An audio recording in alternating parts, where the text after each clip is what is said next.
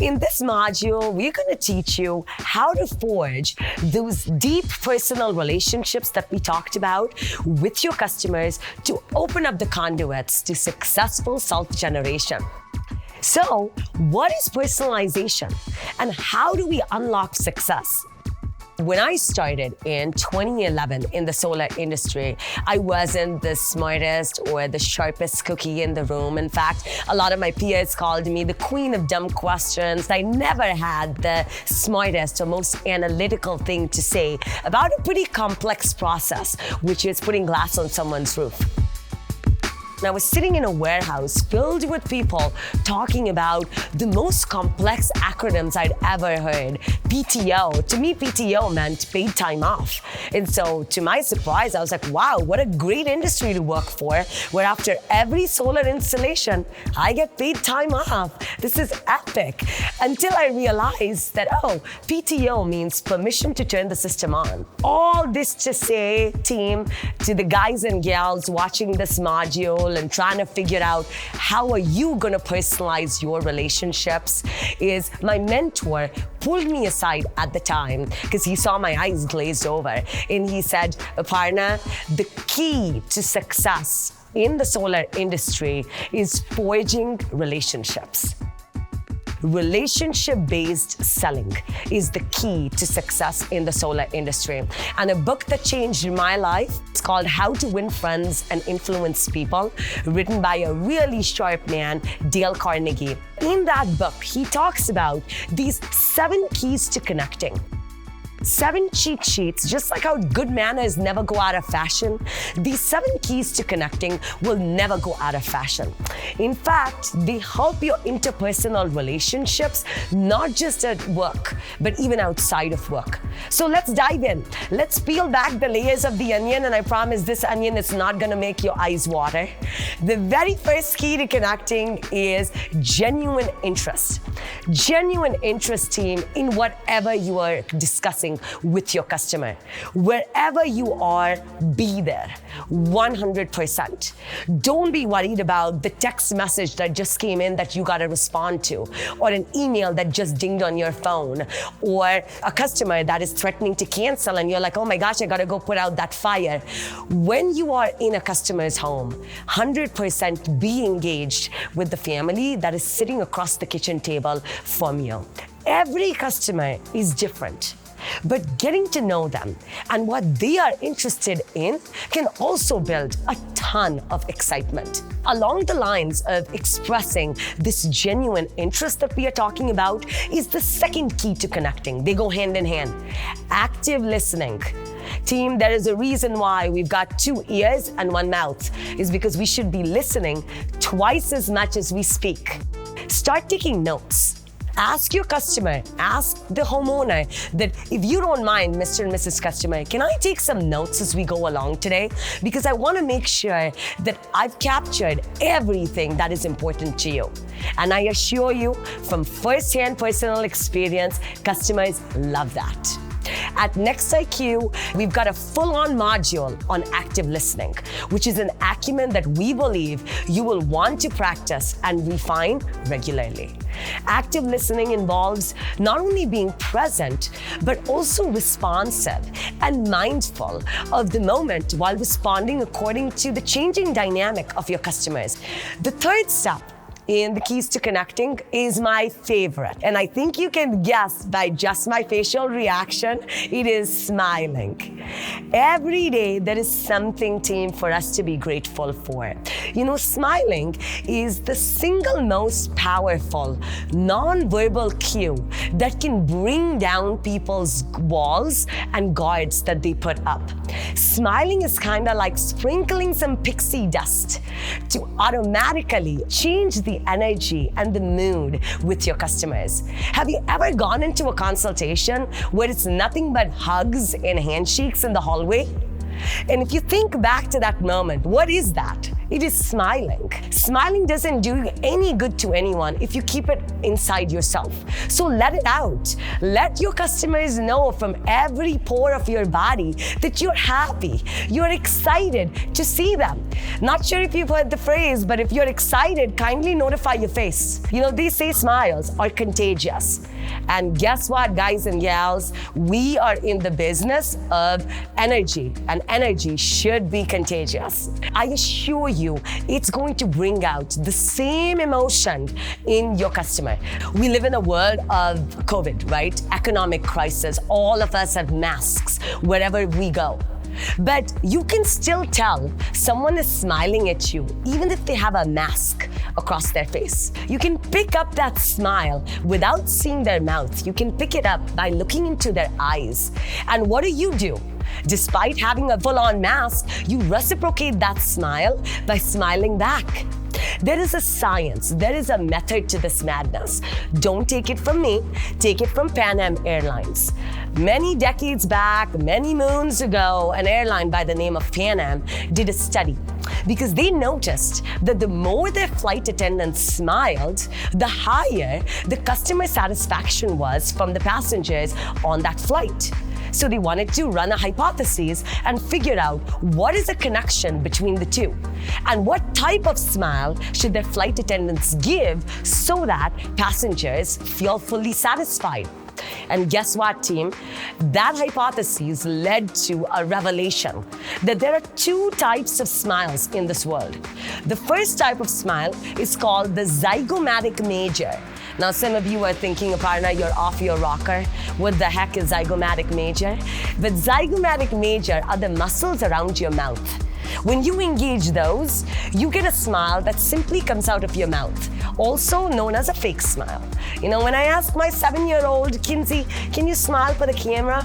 She gives me a zygomatic major fake smile. Well, I know where that's coming from. But the second type of smile, the smile that we want you guys, each and every one of you, to give every homeowner, whether it's on the phone or whether it's in person, is a smile called the orbicularis oculi smile. Now get ready, you think I've totally lost it, but orbicularis oculi are the muscles around your eyes. When you engage those, you get a genuine smile. A smile that comes out of your eyes and not from your mouth. Because your eyes are the windows to your soul. So the next time you're interacting with a customer, don't worry about if you got spinach in your teeth. Just give them an orbicularis oculi smile that comes from your eyes. They are not even going to look down at your mouth.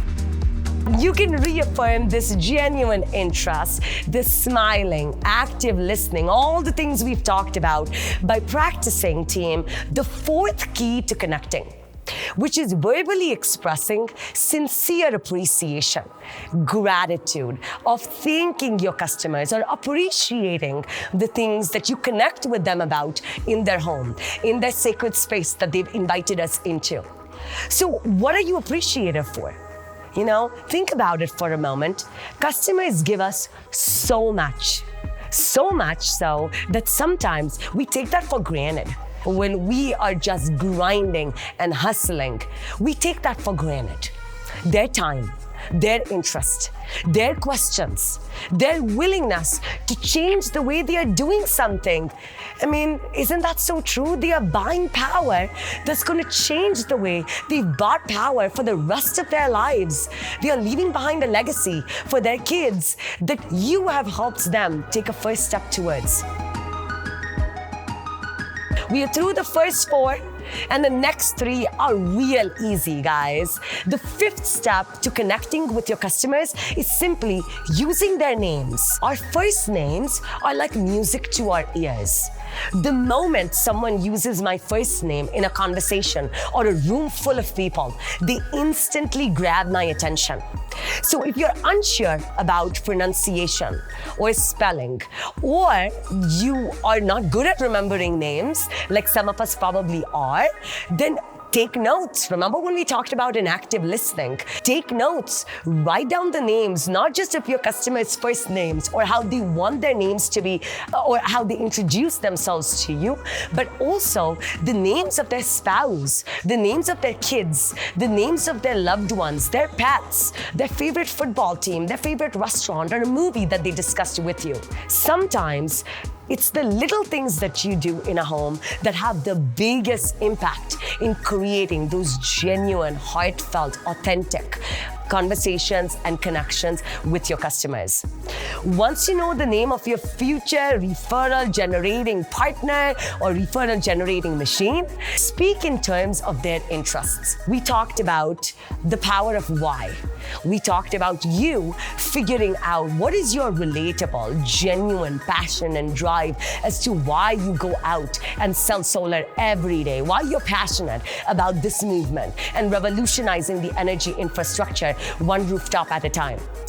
The beauty about this key of speaking in terms of your customer's interest is it opens up this avenue to understand your customer's why. What is it that their drive is, their passion is? Because then we can shape, we can tailor, we can customize our consultation to maximize success.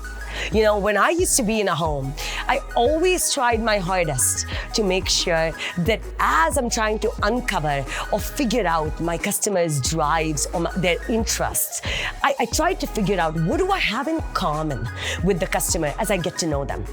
Because knowing what their interests are is one of the keys to performing an engaging conversation. Speaking in terms of their interests also has the benefit, team, of leading to the seventh and final step of our 7 keys to connecting, which is making the customer feel important. Making our customer feel like they were either the only customer or appointment of the day for you or the most important appointment for you. That is the power of the 7th key to connecting. Don't take it from me. Take it from a legendary singer, Bruce Springsteen and the E Street Band. Every single time they performed live on stage, Bruce Springsteen would take the band backstage in the green room and he would remind them of one thing, that guys, we've performed this song 100 times. But the fan that is standing front row that spent his life savings to get the best ticket or seat in the house, for him, it is the first time. So we ought to perform as though it was our first time.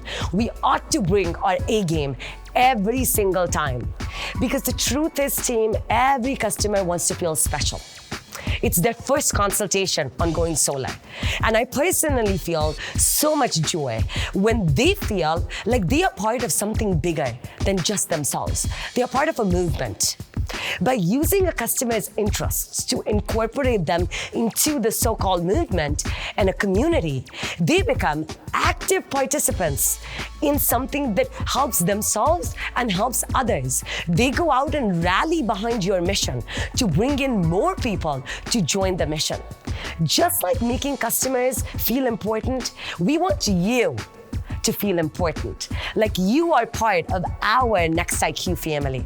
Our singular purpose at Next IQ is to help you become more successful because we care so deeply and so much about this industry, about our customers, and most importantly, about you. Because not very often do you run into a scenario or a career or a calling where you could not only do well financially, but you can also do good. And in the solar industry, we marry those two. So in our next module, team, we'll talk about how performing a purpose-driven consultation can beat almost any closing strategy that's out there, because you are appealing to the most compelling decision, making emotions that inspire action.